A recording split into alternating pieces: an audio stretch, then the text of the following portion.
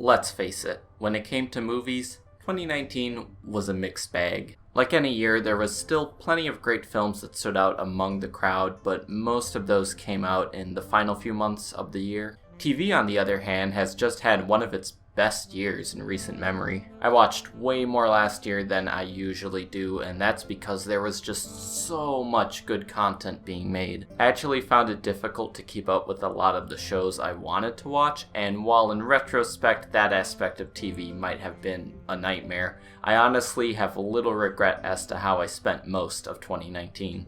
TV has almost always been competitive, that's nothing new, but with the rise of streaming services, TV, if you can still call it that, is more competitive than ever. And yes, while the overabundance of streaming services may have its fair share of downsides, it allows for more shows to be made and for a lot of studios to actually try to put out a good product. What I plan to do is to quickly cover every show I watched in 2019, saying a little about what I liked, what I didn't like, and who I'd recommend it to.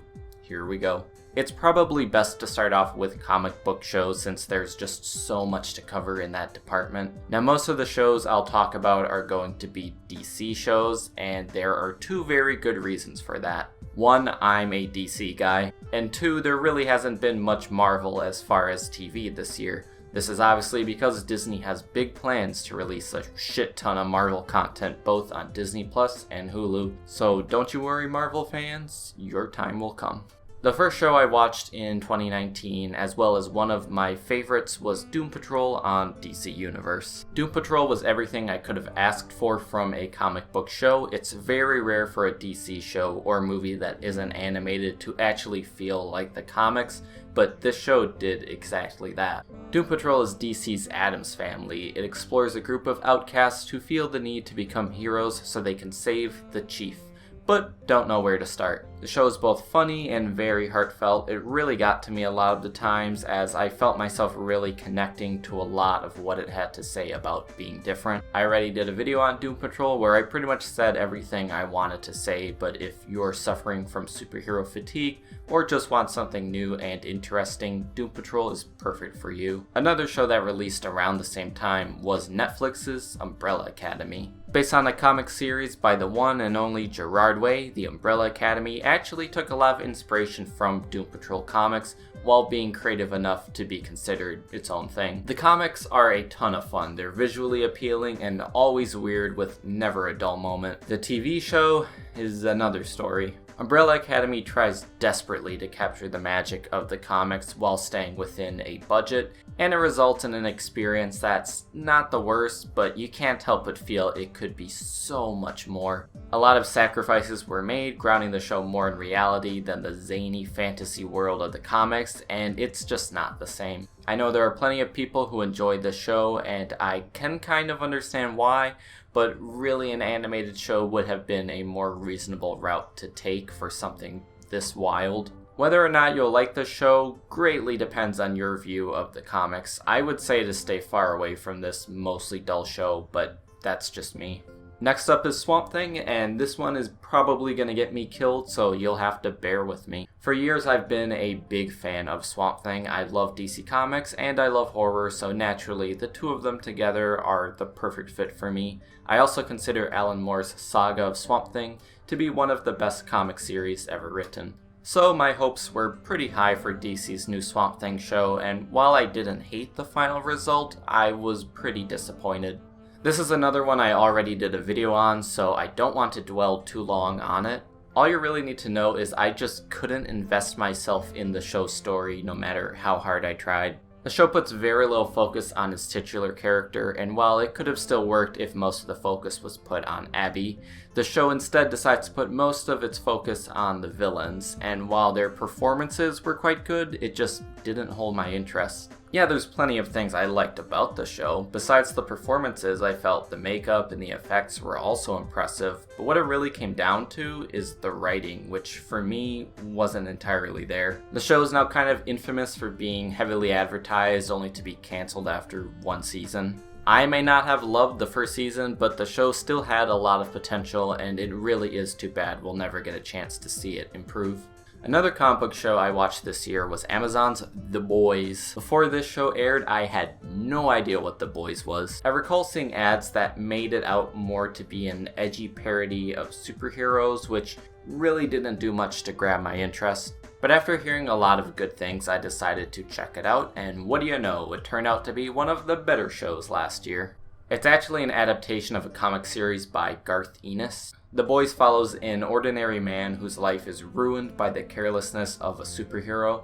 In this world, superheroes are treated as celebrities, and most of them are actually the worst kinds of people imaginable. But being celebrities, they're pretty much untouchable. The show does an excellent job at asking the question, what if superheroes were real? Batman v Superman wishes it were The Boys. It's the perfect show for this day and age, especially considering just how popular comic adaptations have become. The Boys is filled with all sorts of commentary. It's not just about the evil that celebrities and government officials can so easily get away with, but it also works as commentary on big movie studio franchises like both the MCU and DCEU, if you can still call it that. The show doesn't hold back. It's bold, violent, and at times even sweet. There's more to come in the future, and I'm really curious to see where it goes from here. If you're suffering from superhero fatigue, much like Doom Patrol, this is another great one to check out. Anyone who watched my video on the first season of Titans knows I was not a fan. I didn't absolutely hate it, but my overall consensus was that it was just okay and needed a lot of work. Well, the second season is finally here, and while they did manage to improve some things,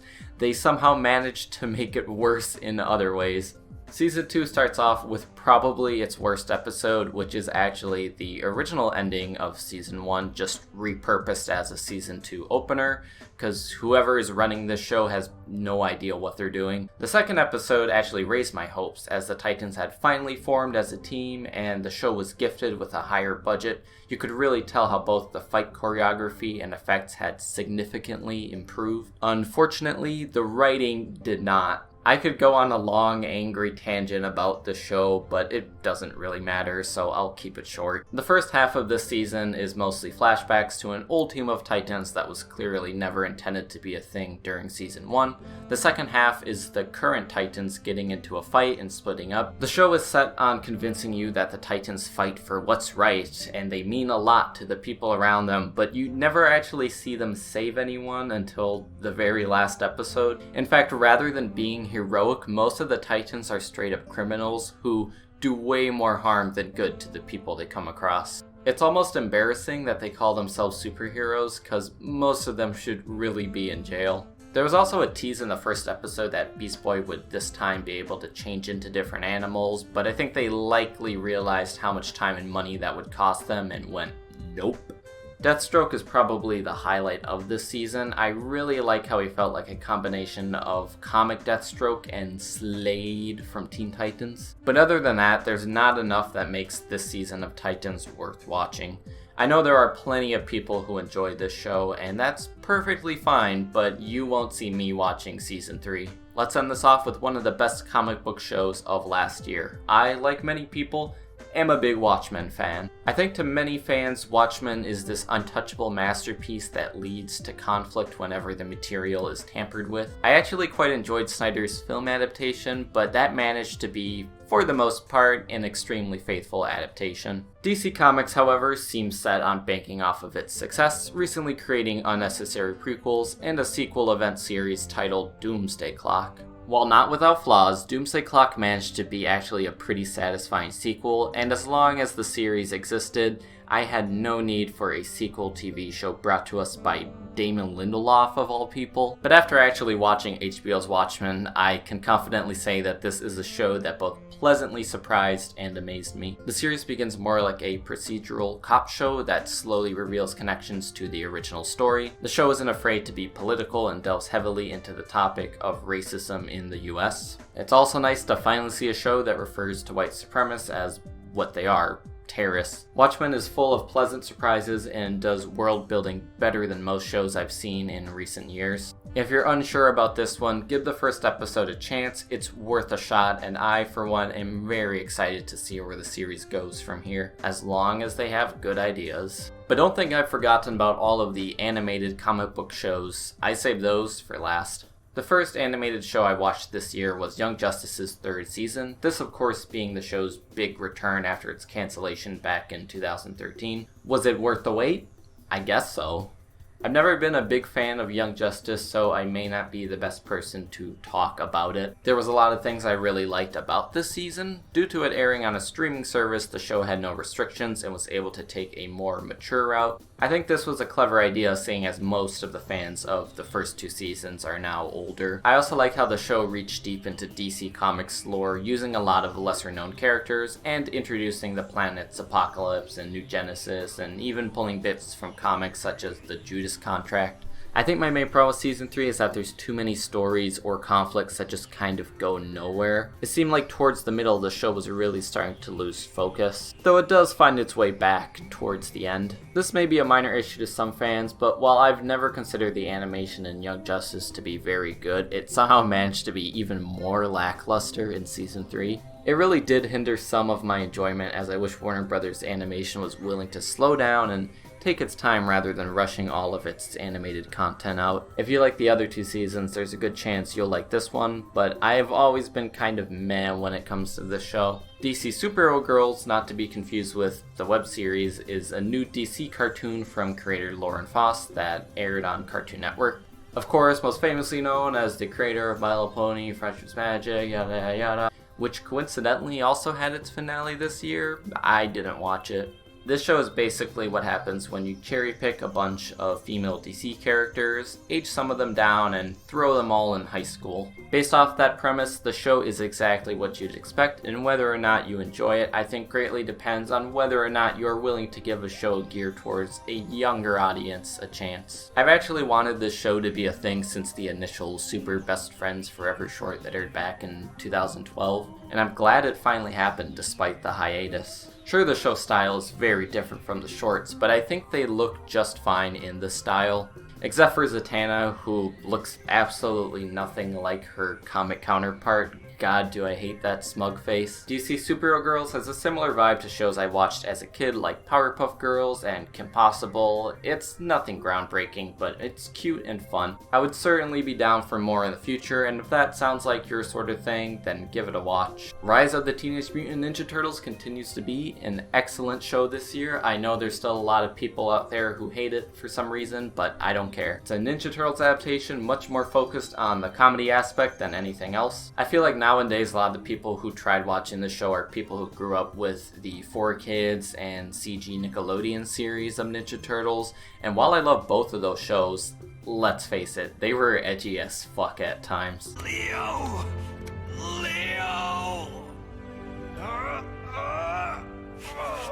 Besides being funny, Rise of the Teenage Mutant Ninja Turtles is pulling off some of the best animation in modern TV. The animators worked so hard on this show, and it's a real shame it's being reduced to airing on Nicktoons. I was also rather unsure of the idea of introducing Shudder at first, but they've done a really good job with it so far, and I loved the build-up throughout the first season. I'm looking forward to see where the rest of Season 2 is heading. I can't really see the show lasting past its second season, but I sure had a fun time with it, and for me, it will go down in history as one of the better Ninja Turtle adaptations, and stylistically, my favorite show of the decade. Harley Quinn is, to my knowledge, DC's first adult animated series. It's exactly the type of humor you'd expect from adult cartoons, and that can either work in favor of or against it. In this case, I'm glad to say that it works in its favor. Harley Quinn is a lot of fun. I see it as a culmination of Venture Brothers, Rick and Morty, and a Rob Zombie movie. I think what makes this show work so well is less the writing and more so the delivery. All of the voice actors do an excellent job, and the animation is a step up when compared to a lot of DC's recent animated stuff. If I have any complaints, I do feel the show relies a bit too heavily on swearing as a form of comedy, but I got used to it, and considering the show would still have a lot of good jokes even without the swearing, I think it's forgivable. As of recording this list, I still have a lot of episodes to go, but I like what I see so far, and I highly recommend it to DC fans who want something more comedic. Netflix once again knocked it out of the park this year in terms of original shows. Sure, there were plenty of not so good shows, but I didn't bother watching them anyway. Starting off with the third season of Stranger Things, I think it's pretty safe to say that a lot of people weren't completely in love with the show's second season. I actually enjoyed it, but I think I too agree that it played things a little too safe.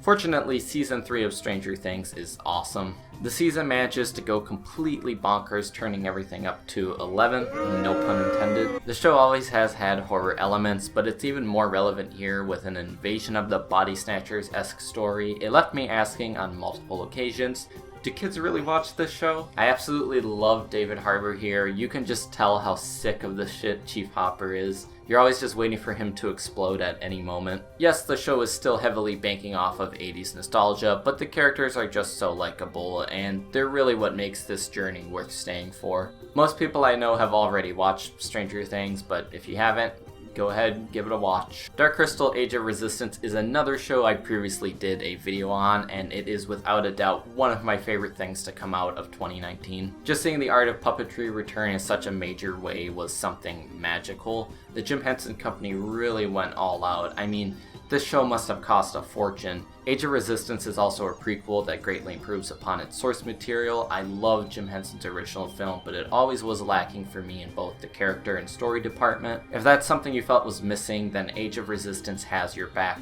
The show is also somehow darker than the original, which was a welcome surprise. I don't have much more to add other than Age of Resistance is absolutely beautiful, and I'm really looking forward to more in the future. If you're a fan of the art of puppetry, then don't miss this one. The Netflix adaptation of A Series of Unfortunate Events had its third and final season last year, and I really enjoyed it. I absolutely love the Series of Unfortunate Events books, at least the 6 I managed to read, and I love what the team of Mark Hudis and Barry Sonnenfeld were able to pull off with the show. Despite being a show aimed mostly towards kids, it still manages to maintain the same dark humor from the books, and Barry Sonnenfeld's very theatrical direction works perfectly for this kind of show. I think it's safe to assume that besides an excellent production design, the Series of Unfortunate Events movie isn't remembered too fondly. With this show, you're sacrificing production design, but in return getting a much more faithful adaptation, which I think is worth the trade. I absolutely loved Neil Patrick Harris as Count Olaf, something I wasn't expecting to say before I started watching the series. If you like these books as a kid, then I highly recommend you check out the show. Sure, it takes some minor creative liberties towards the end, but it still manages to be as faithful as adaptations come. Maryanne is another Netflix original I watched last year that's significantly less talked about. It's actually a French horror series about a writer who returns to her hometown, where a demon tormented her and her friends at a young age. It has similar vibes to a Stephen King miniseries, only if it were good. Maryanne follows a lot of tropes that you've seen in both possession films and King's books, but it's executed in a generally frightening way. It's not the scariest thing I've ever seen, but there are quite a few effective scares in the show, and I think fans of horror will be pleased with it. If I had anything to complain about, I will say that I'm not really sure how to feel about the tease at a second season. I watched the show with the mindset that it was a sort of mini-series, so that's partly why I'm uncertain. I'm not sure how much longer a show like this can keep up its demon shenanigans before getting old, but I'd still give the second season a shot. I've got nothing to lose. Also, you should probably avoid making the same mistake as I did and just watch it subbed. The dub was fine, but had its share of moments that just felt kind of off. Still, if you like scary stuff, then give Maryanne a watch. And then there were the animated shows on Netflix. This list is gonna go on forever. Tuca and Birdy was a show created by Lisa Hannawalt, most well known as the production designer and producer of Bojack Horseman. Tuca and Birdy is a very different kind of show from Bojack. It follows two anthropomorphic birds who are best friends and the crazy situations they find themselves in. You've seen buddy comedies before. It's nothing entirely new, but Tuca and Birdy exists in a world all on its own. It's not afraid to be gross or break the fourth wall, and it's something that feels more personal to its creator. While I quite enjoyed the show, I will admit I started to lose interest as the plot developed. It was by no means a bad story and even goes in some bold directions. I feel like a lot of adult cartoons are finding ways to incorporate more touchy subjects into their shows, and while it works well a lot of times, I just worry that it's starting to become too much of a thing. I would still recommend Tuca and Birdy, and I'm looking forward to more. It was canceled after one season. Damn. Speaking of Tuca and Birdy, Bojack Horseman sort of had its season finale last year, and by that I mean we got to see the first half of the 6th and final season. That's unless the finale is out by the time I upload this, but oh well, what are you gonna do? Now, I absolutely love Bojack Horseman. I consider it to be one of the best shows of the past decade, or more specifically, the best adult cartoon of the past decade. Despite the anthropomorphic animals, the show has always felt very real and always puts its drama first, while still leaving room for some hilarious jokes. This season continues that trend, and it's extremely impressive that the show only manages to improve with each season. The main reason to continue watching this show is the desire to see Bojack find happiness, and we're so close, but as to how it all ends, I'll just have to wait and see. Until then, I highly recommend you check out Bojack Horseman if you haven't already. It's just the best. One show I never expected to watch this year was Netflix's Green Eggs and Ham. I think like everyone else in this world, there's a special place in my heart for the work of Dr. Seuss. Unfortunately, nearly every adaptation of his work since his passing has been insufferable. The greatest accomplishment of Netflix's Green Eggs and Ham show is that it isn't insufferable. In fact, it's actually quite good.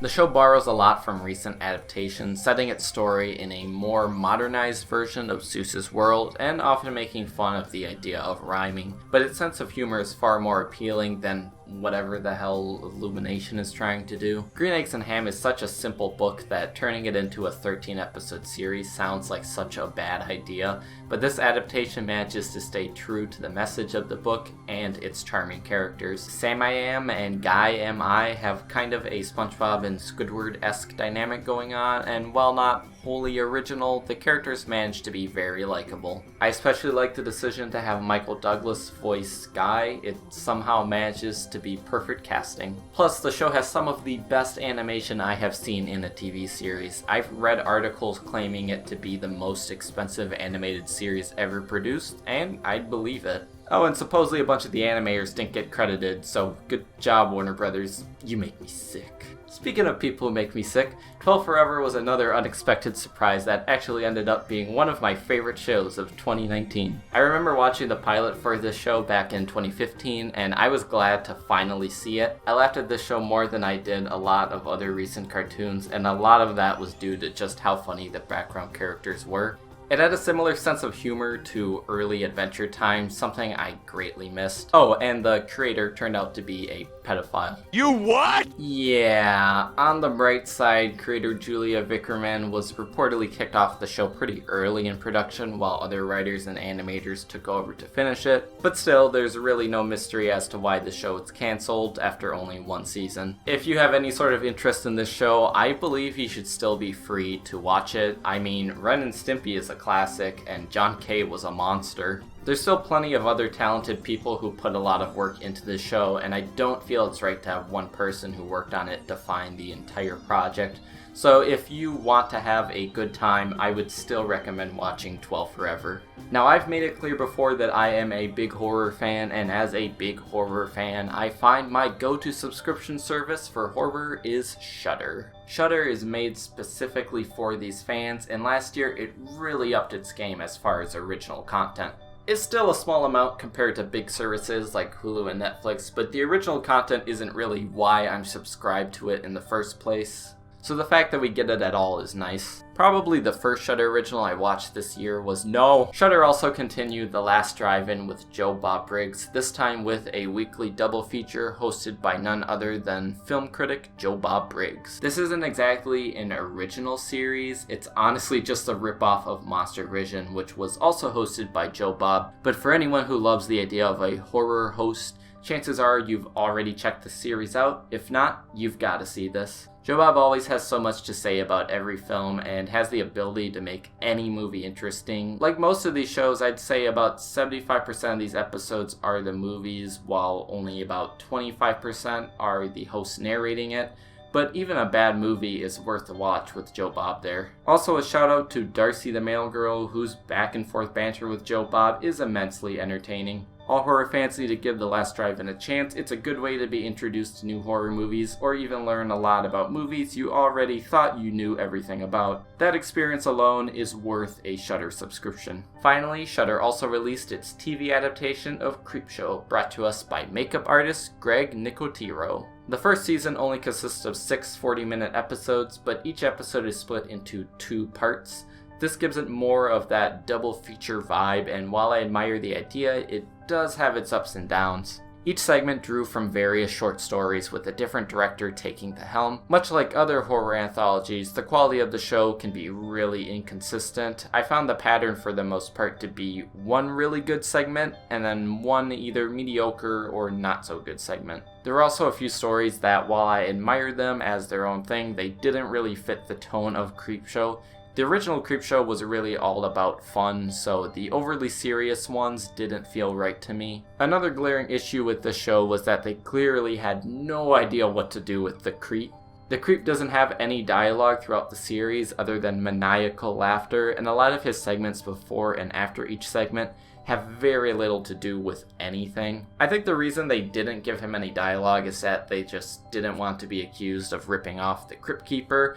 But if that were the case, I honestly wish that they went with a creep similar to Tom Savini's portrayal in Creepshow 2, though I understand wanting the iconic look of the original instead. Overall, Creepshow is actually a show that I had a lot of fun with. Sure, it's cheap and kind of a mess, but the feel of heading home to watch a new Creepshow episode every Thursday was an enjoyable experience. If you're the type of person who enjoys horror anthologies, then you'll know whether or not you'll like this. To wrap things up, I'll quickly go over any cartoons I watched last year that I failed to mention earlier. Scooby-Doo actually had another new show this year, this time with Scooby-Doo and Guess Who, a show that pays homage to the new Scooby-Doo movie series in which the gang would run into guest stars who would help them solve a mystery. The only real difference between the two series is that Guess Who is far more self-aware. A lot of the choices for celebrities are really bizarre, such as Steve Urkel from Family Matters or Weird Al Yankovic, but it adds a fun element to it in the sense that you never really know who the next guest will be, because in this day and age, it could be anybody. When it comes to fans of Scooby-Doo, there's the ones that love almost every series, and then there's the ones that are nostalgic for the old shows and hate everything new. But if you are willing to watch the newer Scooby-Doo stuff, there's a good chance that you'll enjoy this series. I know I did. Cartoon Network also aired yet another new miniseries this year. Do you like Alice in Wonderland, funny robots, talking corgis, 80s synth, and trains? Then there's a good chance you'll enjoy Infinity Train, a show with all of this and more.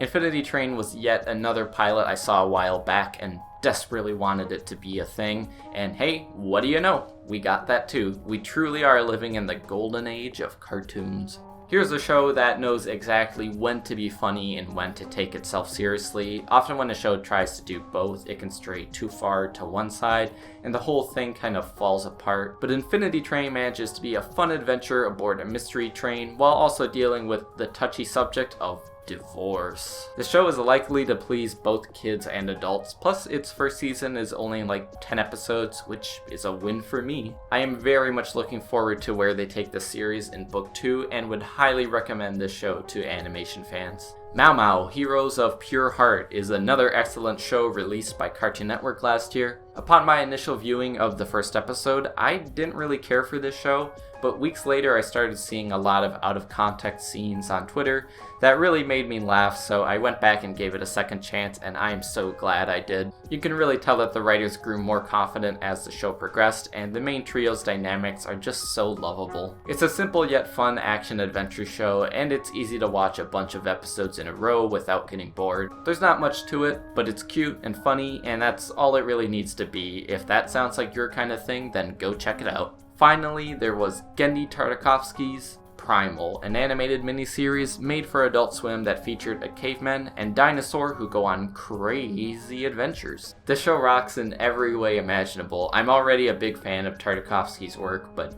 Primal is taking everything he's good at and going balls to the walls insane with it. The story is told only through visuals with heavy emphasis on the action. It's incredibly brutal at times, and the fact that it still has the Cartoon Network logo placed at the end is pretty funny. Primal feels like everything Genndy ever wanted to see in a cartoon brought to life. It's a stunning achievement that I'm sure both action and animation fans will really enjoy. As of right now, there are only 5 episodes, but according to the Wikipedias, there's more to come later this year, so for their sake, I hope they're right. But seriously, go watch Primal, it's crazy good. So that concludes my thoughts on, I believe, every show I watched in 2019. This video ended up being crazy long compared to what I'm used to making, and I fear I went into this project with too much confidence. But if you stayed for the whole thing, I hope you enjoyed it, and I look forward to the many more great seasons and shows to come in 2020. Thank you for watching, and goodbye.